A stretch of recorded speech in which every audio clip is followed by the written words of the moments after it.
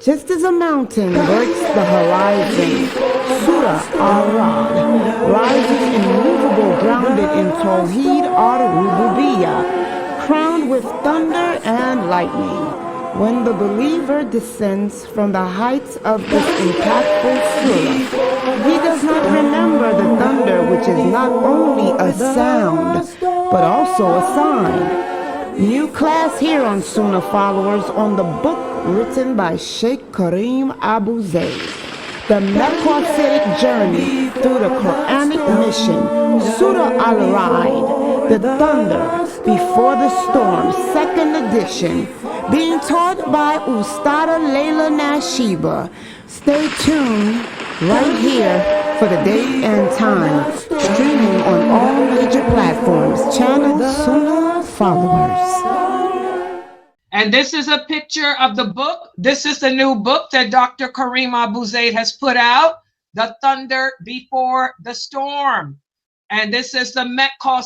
What do I mean when I say Mecca?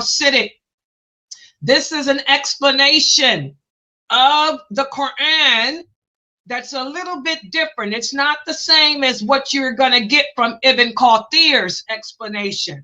This explanation, we're going to give you the objective of the verses of the chapter, and we're going to show you, explain to you the meaning of those verses and how they relate to what's happening in the world today. That's the difference. How those verses relate to what's happening in the world today, and how you can come up with goals in your personal life to apply those the meaning of those verses to your personal life to better your situations today. That's being maqasid. That's being maqasid. Okay? This is how we help you to implement the meaning of the Quran into your personal lives, so you can become closer in your relationship with Allah first and foremost, and then become better practicing Muslims. Okay? We're supposed to be distinct over the non-believers. We're not supposed to be like the kuffar. We're not supposed to be like the unbelievers. We're supposed to be better than them. Okay? We're not supposed to take on their mannerisms, their behavior, their attitude, their looks, their speech, their adab or manners. We're supposed to be better than them. We're supposed to be people of dignity, people of humility and balance. All right? And this approach to the Quran will help you to attain that, inshallah. So this is a picture of the book, The Thunder Before the Storm, and that's a picture of Dr. Karim Abuzaid, who's the author of this book and all the other books that I teach here. We're living in the days of the Ruwaybidah. And who are the Ruwaybidah? These are the people who our Prophet sallallahu alaihi wasallam described as being people who have a lot to say about what's going on in the world today. They can tell you everything about the politics of the world. They can talk and talk and talk about everything except Islam. If you were to ask them what are the pillars of Islam, they can't tell you. If you were to ask them what are the pillars of prayer, they don't know. What are the pillars of wudu? They don't know. What are the pillars of the shahada? They don't know. What are the pillars of marriage? They don't know. But they can tell you all about the football teams, all about the basketball teams, all about the latest singers, the latest dances, the latest trends. But they don't know the basics of Tawḥīd ar-Rububiyyah, the basics of Islam. But they have a lot to say about other things. Those are the Ruwaybida. And we're living in those days. So you need to know who you're taking your knowledge of Islam from. So that's why, it's important, to know who you're learning from. So that's Dr. Karim Abuzaid. That's why I put his pictures on everything. That's why, even though I've been teaching Islam for over 50 years, people didn't know who I looked like until 4 years ago. That's me, yours truly. That's why I now am showing who I am. You can find my videos, all my lectures all over the internet, but you never knew what I looked like until 4 years ago. You need to know who you're learning from. That's me. Okay, and that's the book. The book can be purchased from Amazon. Please, guys, go to Amazon and purchase the book. This book should be a part of every Muslim's library. And today we're going to continue with the introduction. We're going to speak about the triangle that holds what our purpose is as Muslims. And we're going to also speak about the sovereignty that demands our submission. Most Muslims don't know what that sovereignty is, but we're going to talk about it.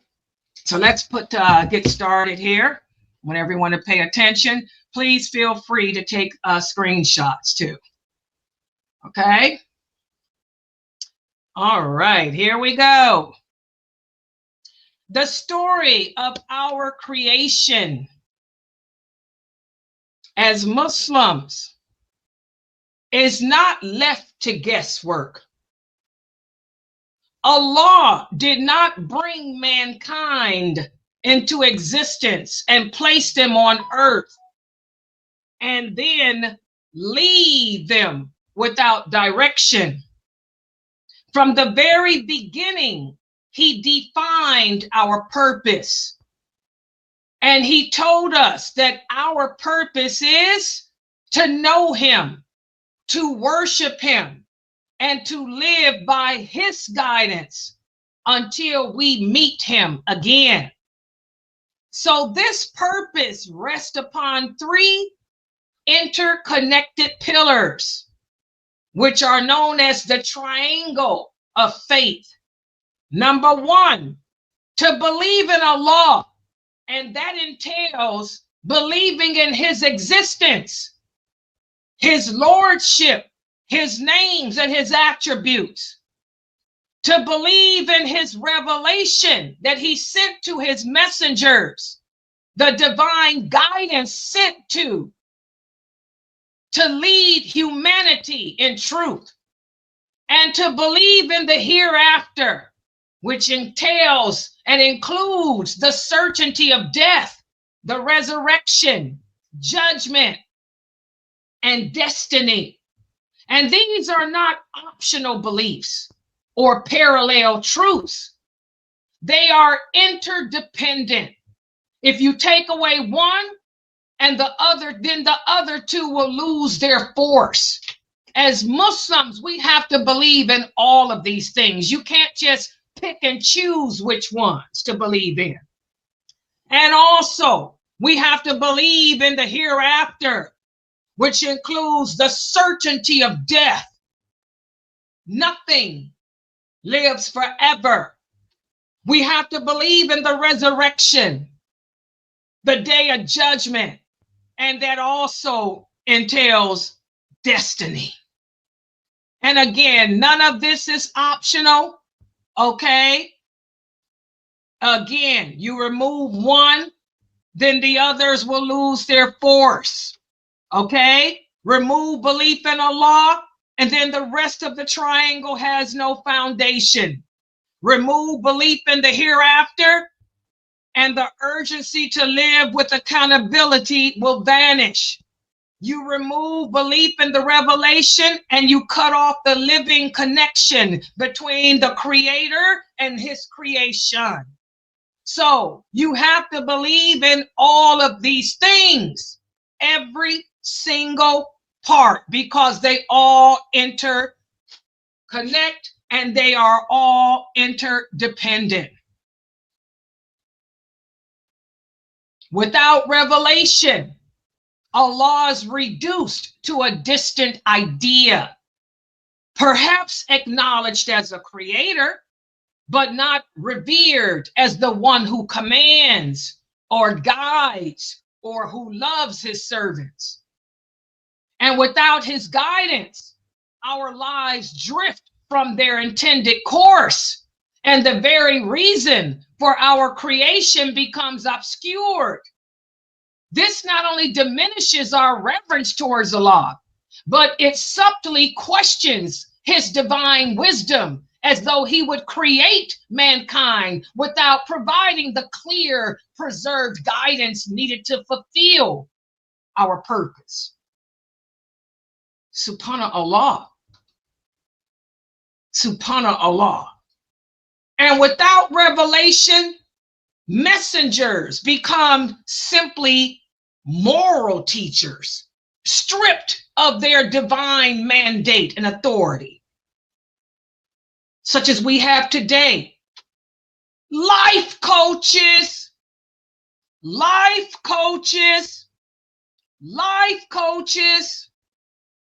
Without revelation, the hereafter becomes a vague hope or an abstract fear, not an unavoidable reality shaping daily choices. The Quran itself rejects this type of separation. In this chapter of the Quran, ar-Raʿd, Allah repeatedly ties his signs in creation. He ties the alternation of night and day. He ties the falling rain and the spread of vegetation to the necessity of obeying the guidance revealed through his messenger, sallallahu alaihi wasallam. The Quran is not just an accessory to faith. It is the central rope that binds recognition of Allah to obedience and action. Again, whatever is in the heart is gonna manifest through the limbs. Without it, the triangle of faith collapses. The purpose is lost and reverence disappears. Subhanallah. So this book written by Dr. Karim Abuzaid, may Allah bless him, it follows the shape of that triangle.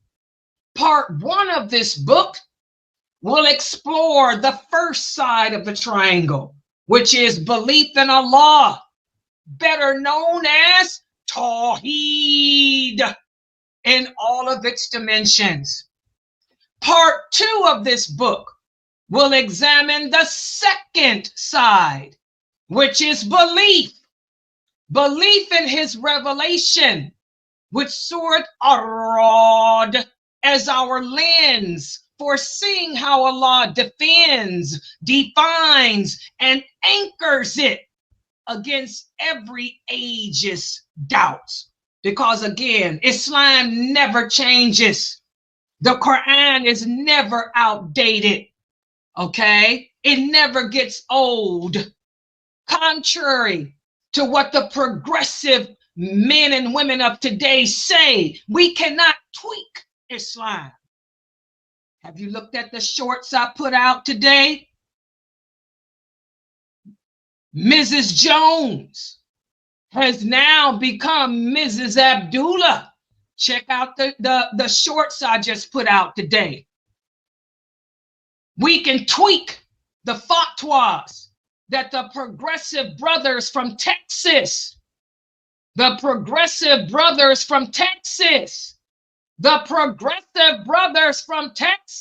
don't have to mention their names. Their fatwas are online. They have tweaked the Quran and said that professional Muslim women can be more lenient in how they dress. They don't have to draw their veils over their bosoms, as Allah says in the Quran anymore. They don't have to wear loose-fitting clothing if they're in a professional field. They can show some skin. Oh yeah, tear down the borders. Women and men don't have to be separate. We can intermingle. We can sit at the same table. We can sit side by side. We can even shake hands professionally, even though the Prophet sallallahu alaihi wasallam said it would be better to stab yourself with an iron bar. We can shake hands if we're professionals.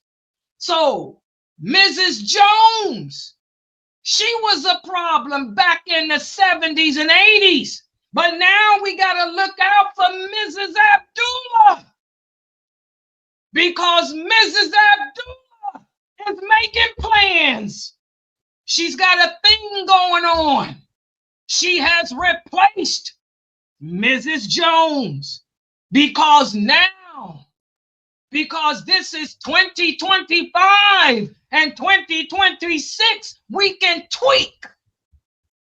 In the words of these brothers and their fatwas, we can tweak and determine what's essential and what isn't essential of the Quran. And I'm not lying. Their fatwas are online. Read them. The intermingling. It's all about Mrs. Abdullah. She's got a thing going on. Subhanallah. Subhanallah. So, part 2 of this book will examine belief in Allah, His revelations, and our lens will be for seeing how Allah defends, defines, and anchors His revelations against every age's doubts. And I hope the brothers in Texas, no matter how many PhDs they got, hope they listen to my lectures. And then part 3 will conclude with the hereafter, the reality that gives every command its weight and every choice its eternal consequence, the consequences of tweaking Allah's book, His laws, His commands.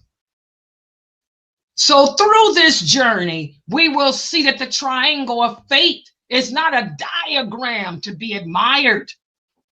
It is the very structure of a believer's life and the measure by which we will stand before Allah on the day of judgment. But a triangle that holds such purpose will never stand unchallenged. From the moment revelation descended, every age has raised its own architects of resistance, working to weaken one side, working to distort another, or to break it entirely.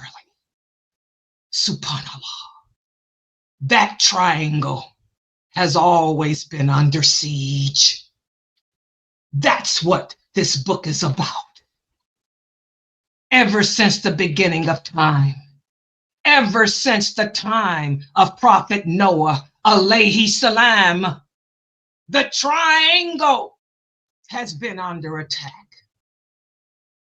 Subhanallah. Subhanallah.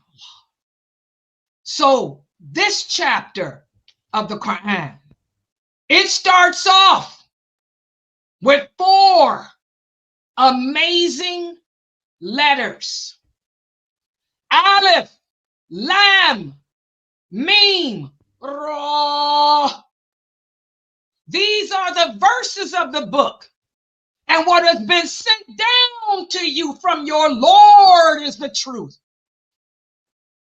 But most people do not believe. That's how this chapter of the Quran begins. Let me read it again.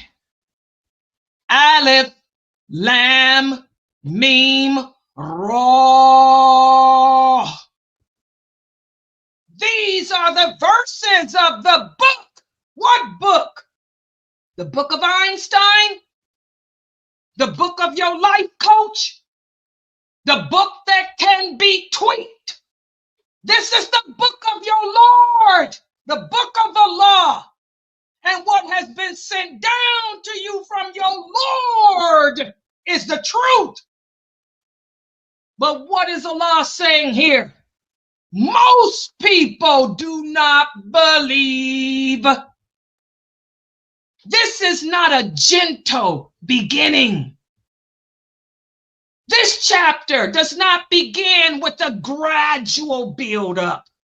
This chapter begins with a strike of thunder. The truth. What do I tell you guys?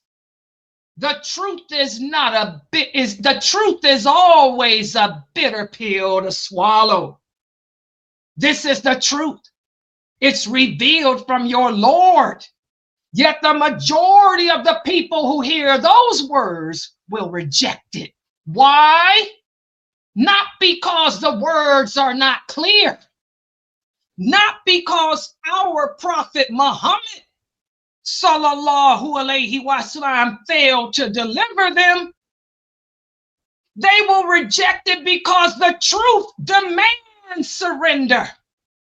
The truth demands you to lend it your ears. And surrender threatens those who profit from control, those who profit from corruption, those who profit from moral chaos. People who think that they can tweak the words of Allah. People who think that they can tweak Allah's laws. These are people who profit from control. These are people who profit from corruption. These are the men and women who profit from moral chaos. Are you one of those?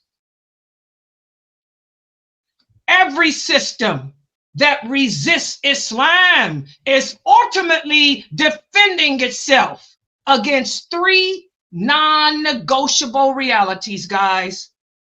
They're defending themselves against Tawḥīd. And what is Tawḥīd? Allah's sole sovereignty, which shatters man-made power. Oh yeah. Also, they're defending themselves against revelation. And what revelation? Revelation, which is an unalterable source of truth. Nobody likes the truth. I don't care how sweet I make my voice. I don't care how soft and seductive I make it. If it's the truth, it's going to be bitter. It's going to be harsh, and you're not going to want to accept it. Subhanallah. Also, they are defending themselves from Akhirah. The Akhirah. And what is Akhirah? It's accountability, a coming accountability that will strip away the illusion and delusions of impunity. Nobody likes to be held accountable. That's part of being human. You don't want to be judged. You don't want to be held accountable. Subhanallah. Subhanallah. This is the truth. And there's always been architects of resistance. Ever since the time of Noah, alayhi salam, there's been architects of resistance. 2025, soon to be 2026, is no difference. There's always been women and men who were great speakers, great manipulators of words, who can tweak this and tweak that, give you what you want to hear instead of what you need to hear. Even during the time of our Prophet, sallallahu alayhi wasallam, there were architects of resistance known as the Quraysh. The Quraysh, they wore tribal cloaks and they wielded idols. Today, We have the status quo brokers who wear suits and ties. They trim their beards. They get PhDs from Harvard and Yale. Some go to Medina too. They produce media. They write policies. They frame falsehood and all of that. But their tactics are the same as the Quraysh. They distort Tawḥīd with vague spirituality.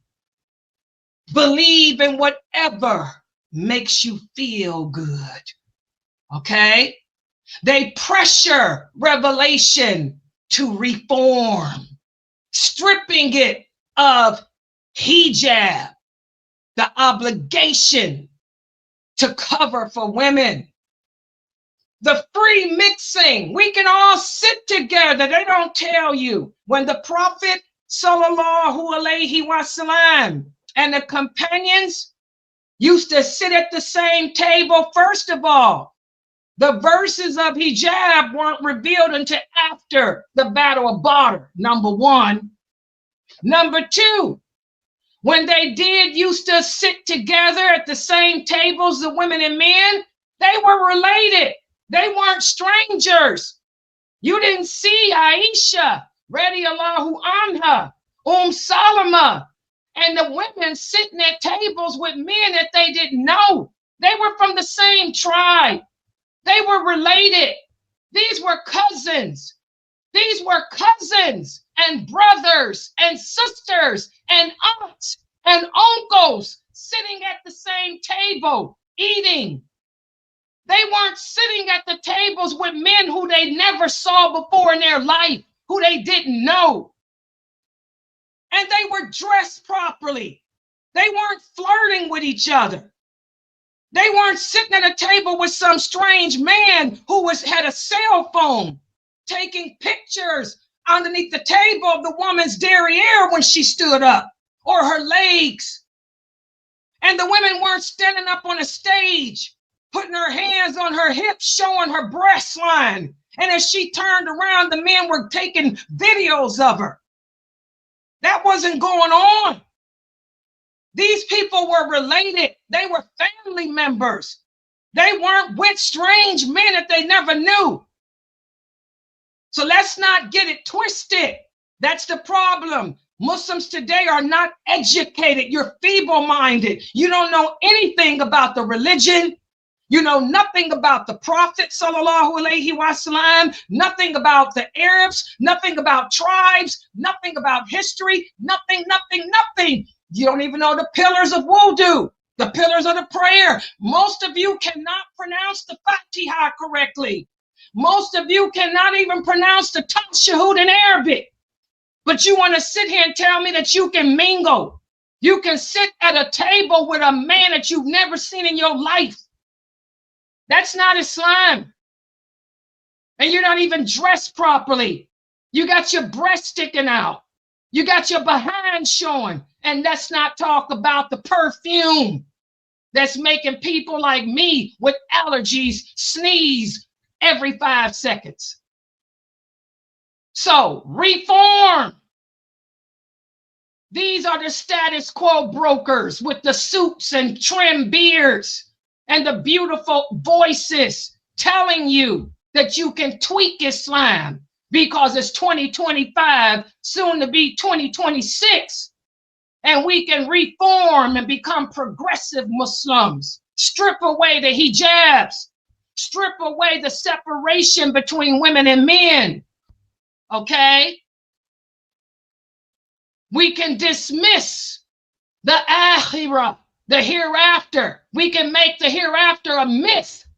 Replace it. Replace it with live for the moment. Women can become traveling nomads. We can travel around the world like non-Muslim women. When Allah says your home is better for you, that a woman gets more blessings, more reward, staying in her home, practicing her deen in her home, not traveling around the world. You want to talk about Khadija, radiallahu anha, being a businesswoman, Let me give you the truth. Khadijah never worked at no job.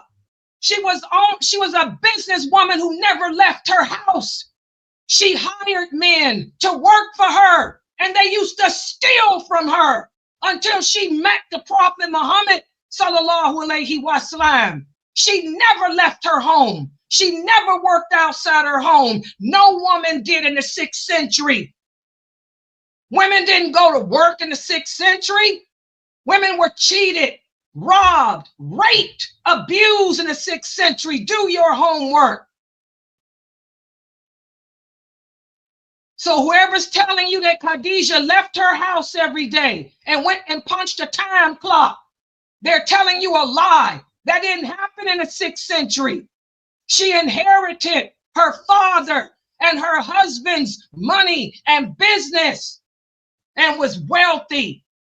But she stayed in her home and hired men to do her work for her, and they cheated her. They robbed her until she met the Prophet, and he was honest. He didn't steal from her. He didn't rob from her.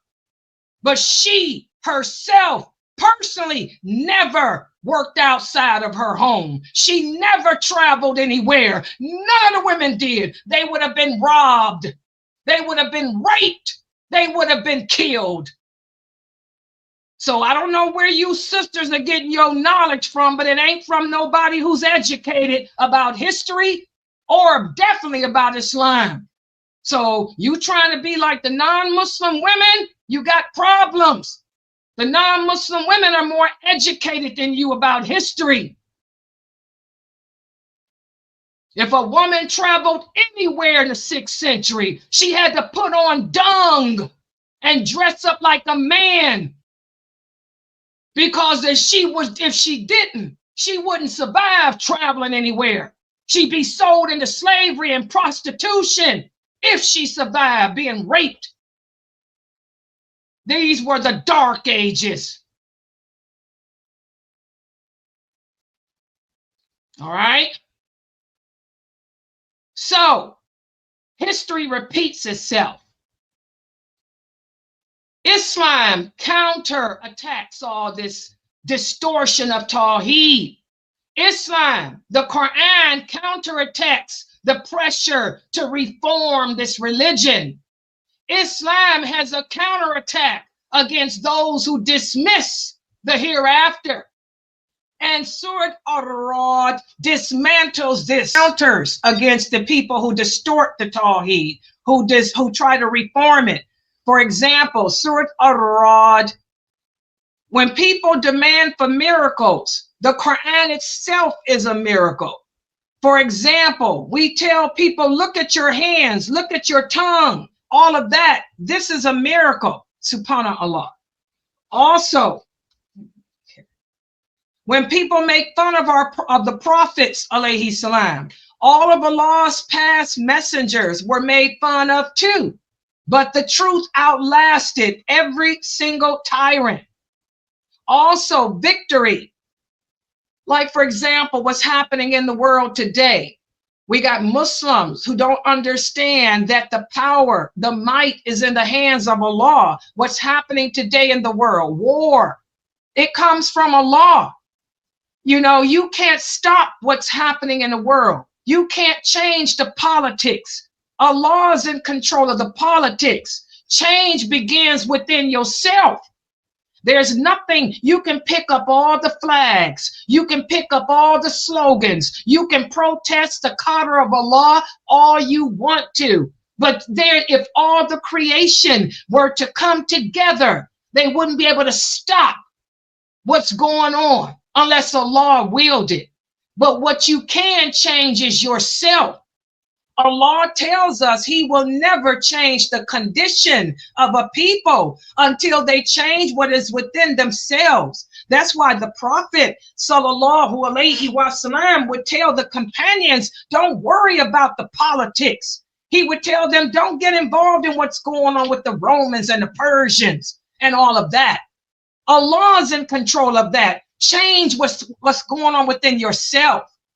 So each verse of Surat ar-Raʿd It either fortifies the triangle of faith or it exposes the tactics of its enemies. So, what's your role in the storm? This chapter of the Quran is not a history lesson. It's a combat training. It's combat training for the dawah carrier. It's combat training for you. It's combat training for me. It helps us to recognize ideological warfare when you see it. It teaches you how to respond with clarity, not with compromise. It teaches you to anchor every message in Tawḥīd, in revelation. And it teaches you to keep your focus on the akhirah, the hereafter. Again, thunder is not noise. Thunder is a signal. It's a sign. And if the thunder is the warning, you are the lightning that will follow. So we have to look at ourselves, guys. Look at ourselves. Look at ourselves and ask ourselves, what are we doing as Muslims that we should not be doing? And what are we not doing that we should be doing? And then work on changing what needs to be changed. And so what Dr. Karim Abuzaid has done, he's divided this chapter into 3 interlocking parts. Okay? And the first part, again, will focus on Tawḥīd, affirming Allah's sovereignty over creation and history. Then again, the second part will be the revelation, defending the Quran as the decisive living miracle of Allah. And then the third part will be the hereafter. And by the end, this chapter structure will be clear, its strategy will be visible, and its call will be unmistakable, which will be for us to stand firm in the storm, to guard every side of the triangle of truth. And that's where we're losing it today as Muslims. We're not doing that. And so what I want to do for tonight, right now, and this is going to be real short, I'm just going to give you a brief, very brief explanation of the first anchor in the triangle of faith, which every Muslim should know, but most of you don't. Tawḥīd. Tawḥīd. This chapter of the Quran does not open with an argument for Allah's existence, and neither does the Quran at large open with that. The message does not begin on a defensive note. The message does not attempt to prove the Creator through abstract logic. Instead, it unveils him. It speaks as reality speaks, with certainty. Belief in Allah, that's what Tawḥīd refers to.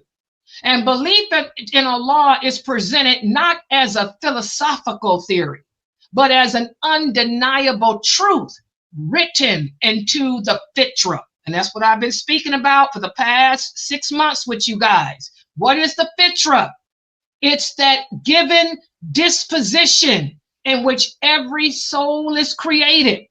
We all come into the world searching for the truth, searching for submittance to the will of Allah, but it is twisted by either our parents or by the society that we live in.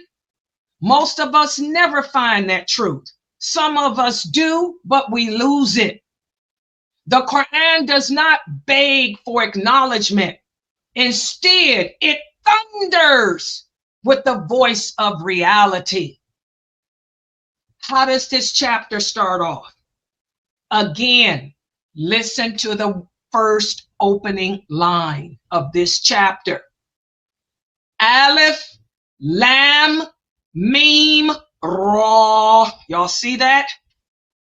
Aleph Lam Meme Ra. These are the verses of the book.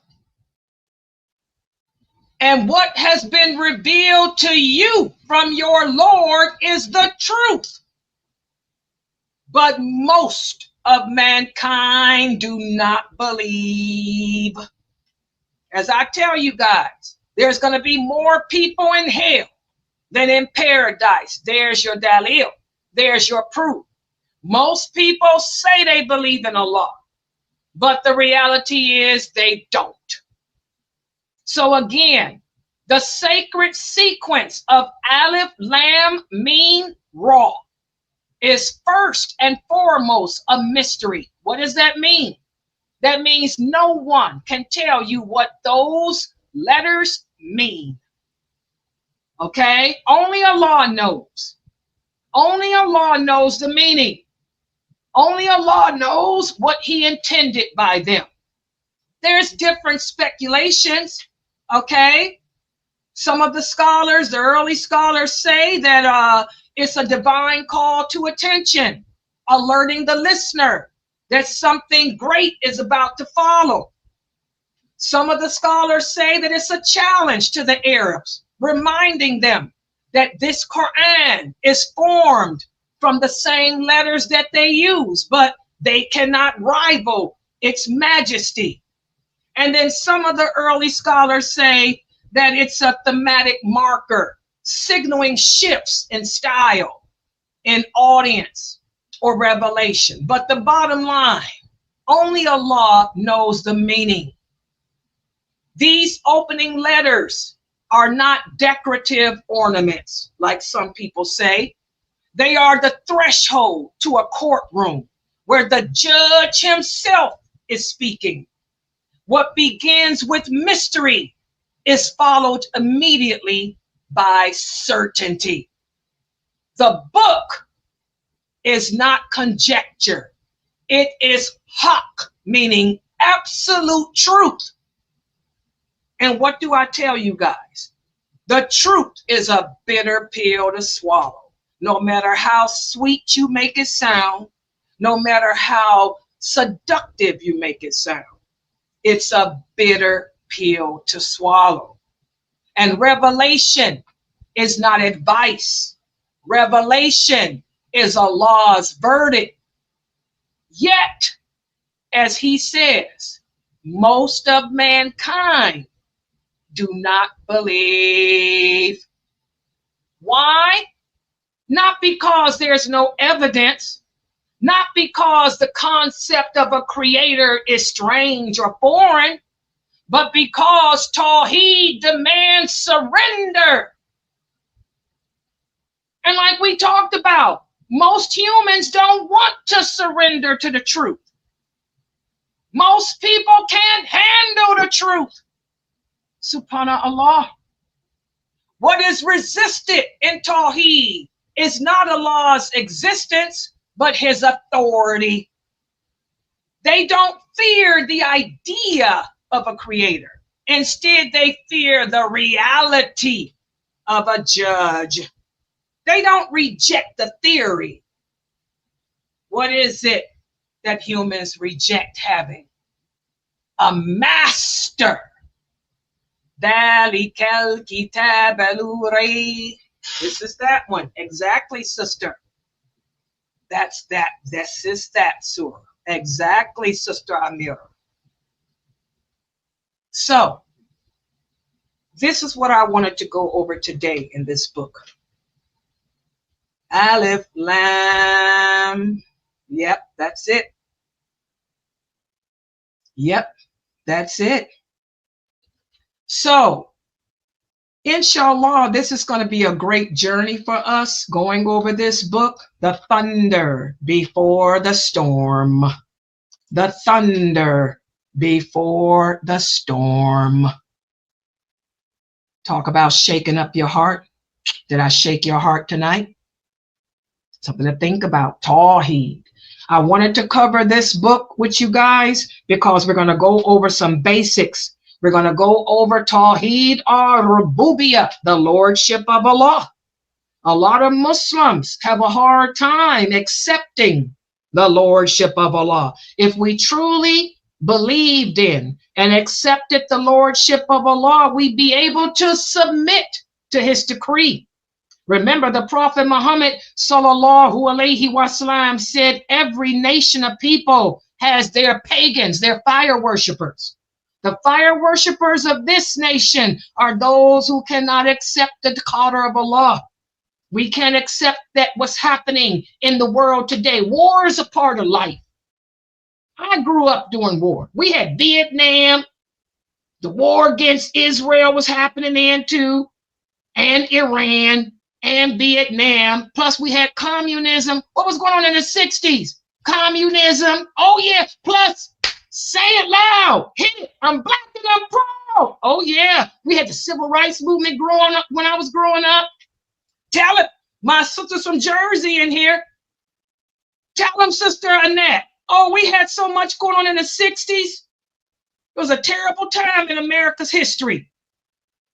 And you Muslims today don't know what we went through in the 60s, girl. Oh, yeah. It was terrible times.